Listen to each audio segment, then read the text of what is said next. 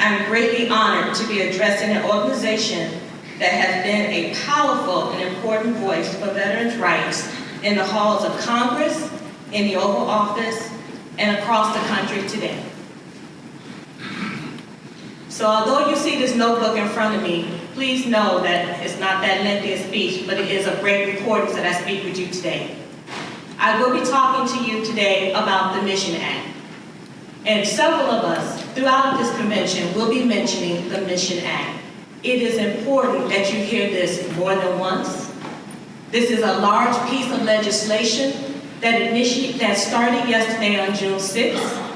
And I'll be talking about that piece of the legislation that kicked off and that involves community care and urgent care. But please know that there are other parts of the legislation that are still to be implemented that was also mentioned in your video today. And that includes the caregiver support, improvement in recruitment for a better workforce, and also improvement in infrastructure to ensure that we have the right modernization and foundation in our buildings to ensure good veteran care. So nearly a year ago, the President signed the Mission Act. What does mission mean? Mission Act stands for maintaining internal systems and strengthening integrated outside network. The Mission Act improves VA's ability to provide high quality and timely care to veterans who have nobly served our country. The Mission Act enhances the veteran's experience through an improved community care program that allows VA to partner with community providers to supplement, and I'm going to repeat this word several times, supplement access to VA health care, not replace it. Additionally, our approach to the Mission Act gives veterans an opportunity to make informed health care decisions in partnership with their VA care team. And I really want to stop here a moment because at the core, I am a nurse. And it was read in my bio that I started out as a student nurse at the VA. I grew up with a mission to take care of people, and I have the privilege to take care of veterans.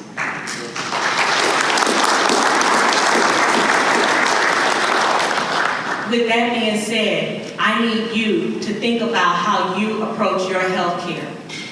VA is looking to be more veteran-centric. That means you drive your health care. When you go to the doctor's office, I want you to come in with prepared questions for us. I want you to know what medication you take. I want you to have a list of your medications in your wallet. And for the married men in the room, have a list of your wives' medications too. Because I bet you if I check them, they know what you take. Question is, do you know what they take? So remember, you drive your health care. So it's important that you understand what the Mission Act offers and what benefits have now been expanded for you. So again, you're going to hear this several times, but I wanted to come home to you what new benefits have been provided for you. The Mission Act brings new benefits to you, including access to what is called an in-network urgent care facility. That's another key word that I'm going to talk about that I want you to understand, the term in-network. That means that the VA has collaborated with outside community providers to provide care when there are times that we cannot. But you need to work with those that we have identified and referred to as in-network. We are expanding the eligibility for care in the community. The eligibility for care in the community started with VA Choice, but under the Mission Act, some of the criteria around eligibility has changed. However, there are items that won't change with the Mission Act. Processes and procedures for access to VA healthcare do not change. Eligibility requirements for VA healthcare do not change. VA healthcare enrollment priority groups do not change. So let's take a moment to talk about what does change, because there's a difference between eligibility for VA healthcare and eligibility for now what is referred to as care in the community with the Mission Act. There will now be 6 eligibility criteria that you only have to meet 1 for to be eligible for care in the community.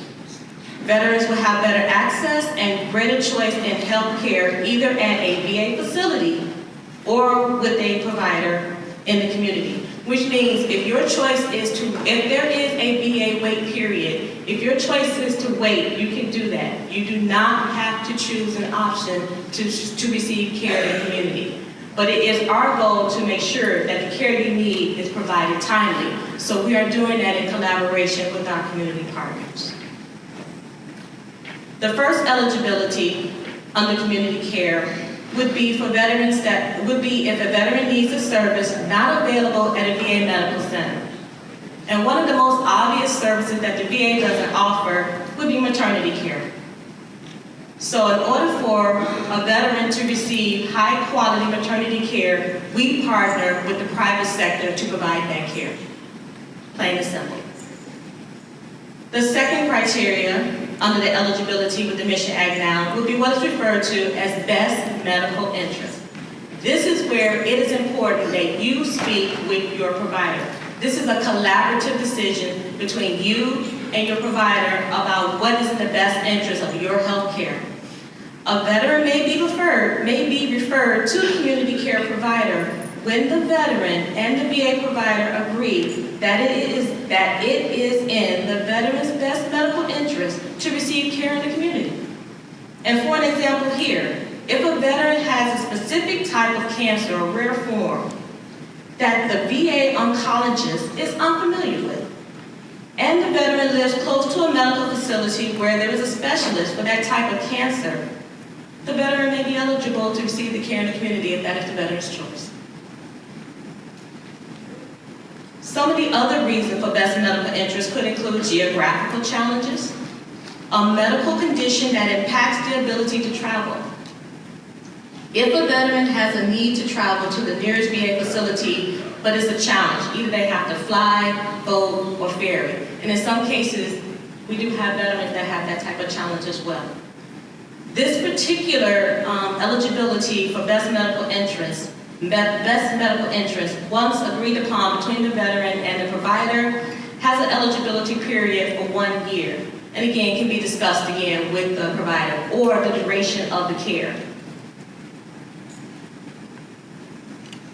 But would be reevaluated in that 1 year period. One of the other of the 6 criteria, again, is quality standards.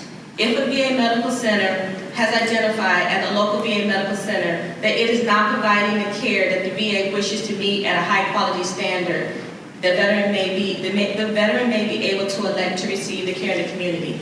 Now in this one, this is a very unique one. This would mean that we are not meeting high quality standards that maybe an accrediting body assumes that we should meet. I will tell you right now, we are outstanding in the VA. And I stand here with pride and I say that very clearly. I would challenge us.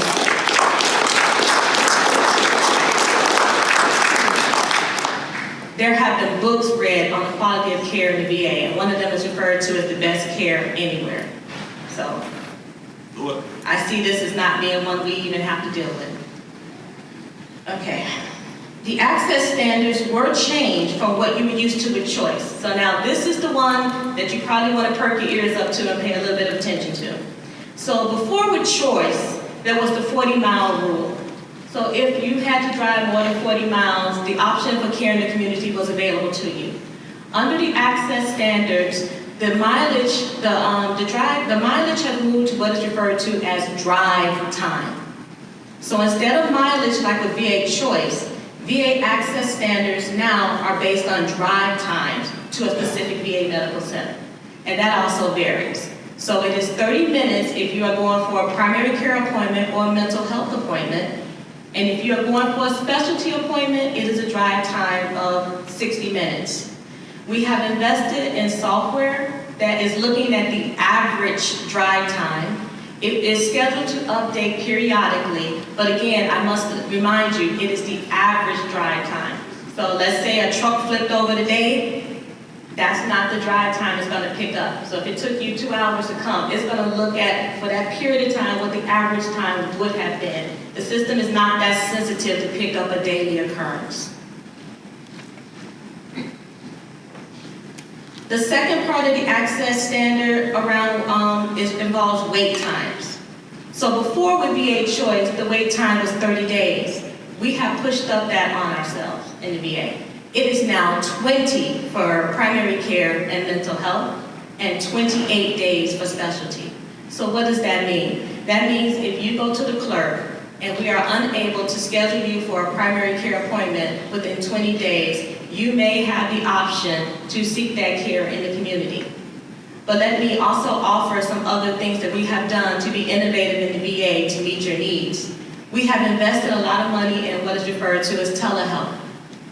But a veteran has to opt into that. That alone does not remove your eligibility to go to the community.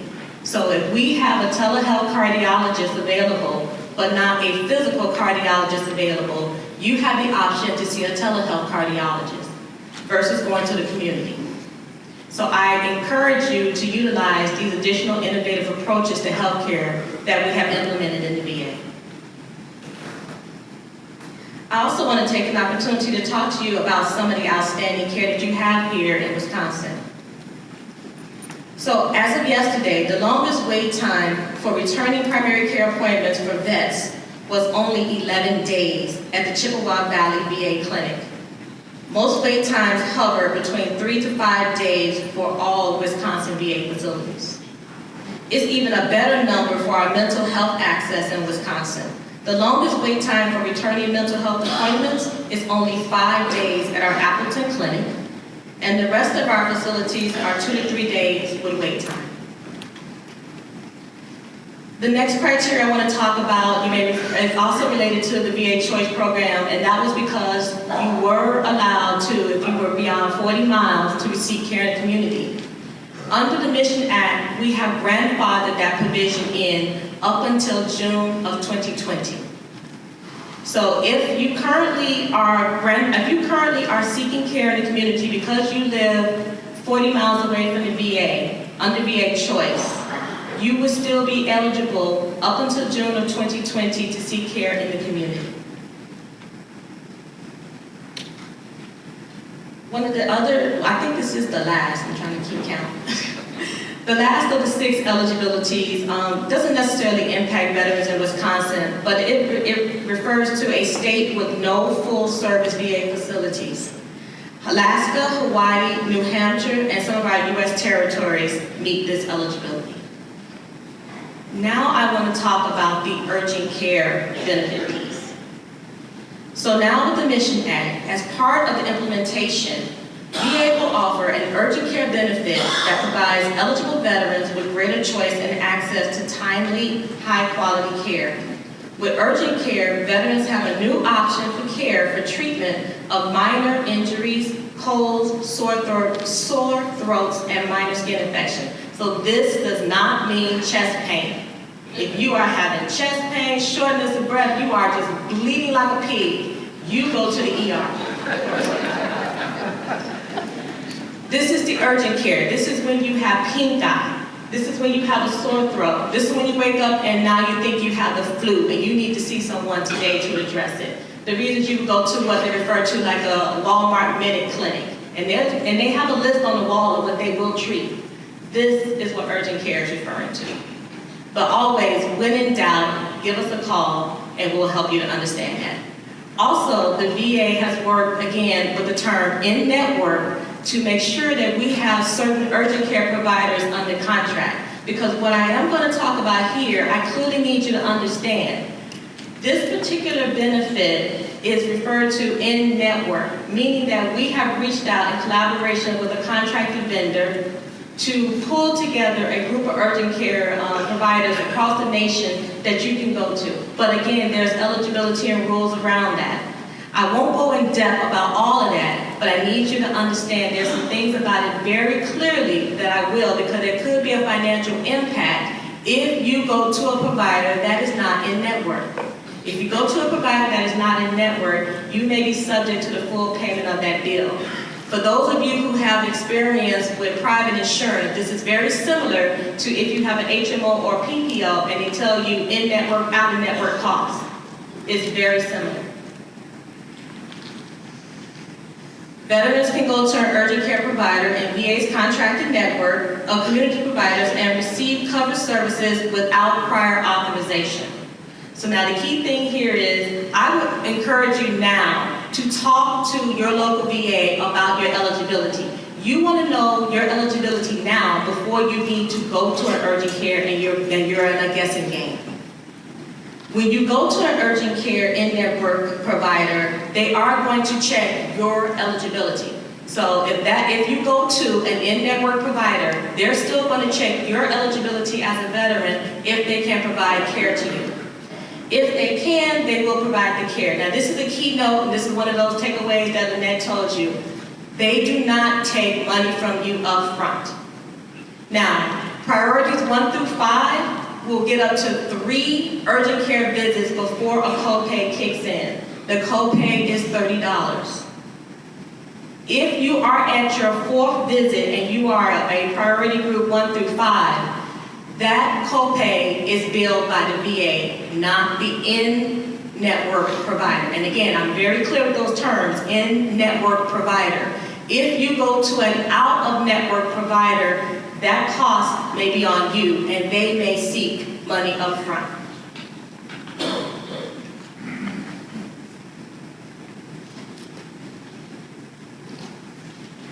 And so, this is a piece too here that I want to be very clear about.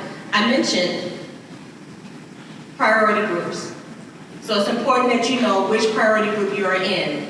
That did not change with the Mission Act, but there are eligibility criteria around the various priority groups. 1 through 5 can have 3 visits with no copay, and you have unlimited visits.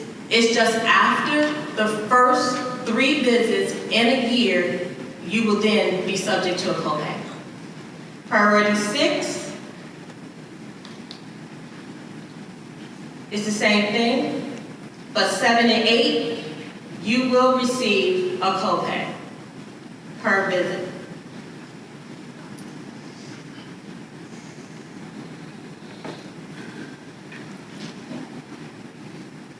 Now, as it relates to the urgent care visits, the urgent care in-network provider may prescribe you medication at that time. Let's say you have pink eye, and they give you medication for the pink eye. We also have worked with what they refer to in-network pharmacy services to give you a prescription up to 14 days. If the urgent care provider gives you a prescription that needs to be filled beyond 14 days, we ask that you bring that into the VA. But again, you need to please work with an in-pharmacy network provider. If you don't, and you work with a pharmacy provider outside of the network, you will need to work with the VA to get that pharmacy claim reimbursed. I know I talked about a lot of information today, and I know that there are others that will continue to talk behind me at this convention about the Mission Act, but I hope what I've done is perk your ears up. So I will be around, there are others around. If you have questions, please call your local VA. What I said here today didn't give you all the answers. And I strongly encourage you to check on your benefits, your eligibility, your priority group before you utilize the urgent care eligibility. It's important that you know where you stand before you even need to use the service. So I hope you've seen how the Mission Act will improve VA's ability to provide high quality and timely care to those who have nobly served our country. Again, I want to stress, this is a supplement and not a replacement of any VA benefit. We're enhancing the VA healthcare experience through an improved community care program that allows VA to partner with community providers to supplement access to VA care. So with that, I want to thank you. I want to thank you and your family for your service, and an honor to speak to you today.